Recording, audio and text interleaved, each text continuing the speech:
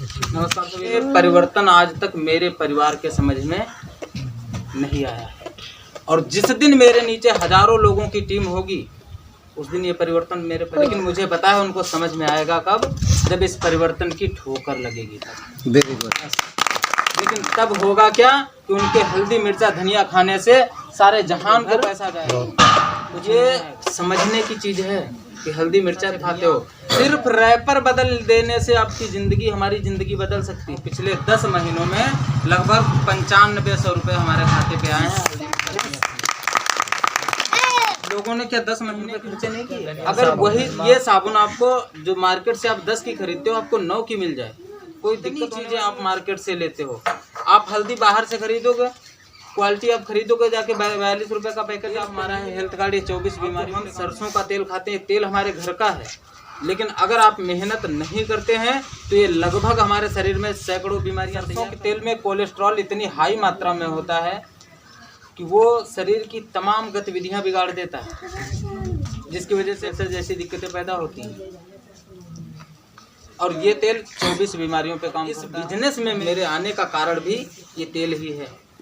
ये बिजनेस में आने से 4 महीने ये तेल मैंने खाया। मैंने सोचा कि चलो अच्छा साबुन धनिया भी यहाँ से एक बार खरीद लेते हैं, और खरीदने के बाद 149 रुपये मेरे खाते पे ट्रांसफर हुए अमाउंट। लेकिन ये पैसे मुझे लिए लगे अपने जीवन पे किया, उसकी वजह से खर्चे से हमें इनकम आनी शुरू हो जाए तो क्या पैसा आना कभी बंद हो सकता है? क्योंकि खर्चा सदैव चलता रहेगा और पैसा घर पे हमेशा आता रहेगा। ये परिवर्तन सिर्फ समझने की चीज़ है। एक छोटा सा निर्णय लेना है दुकान बदलने का, और ये काम हमने सैकड़ों बार किया है कि जब से हम लोगों ने सामान खरीदना शुरू किया कि एक ही दुकान से सामान खरीदते हैं अभी तक नहीं, सैकड़ों दुकानें बदली हैं।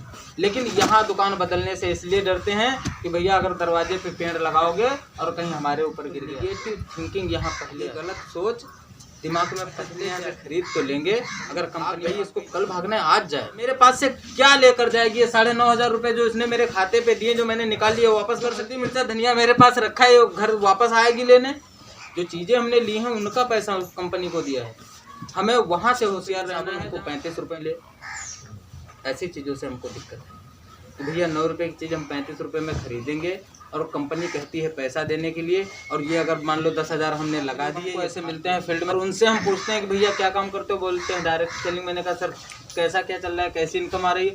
तो कह रहे इनकम कुछ नहीं, बस कोशिश कर रहे हैं कि हमारा निकल आए, हमारा निकल आए। तो हमने कहा यार नहीं निकालना था तो लगाया क्यों? लेकिन यहाँ पे लगाने की जरूरत। साल रोग बढ़ते जा रहे हैं फसल में, और गवर्नमेंट चिल्ला कर कहती है कि जैविक खाद, खादों का प्रयोग कम का। आज परिणाम यह है कि पाती मत फूंको, अपने खेत में जो भी खरपतवार है बाहर निकालो उसको।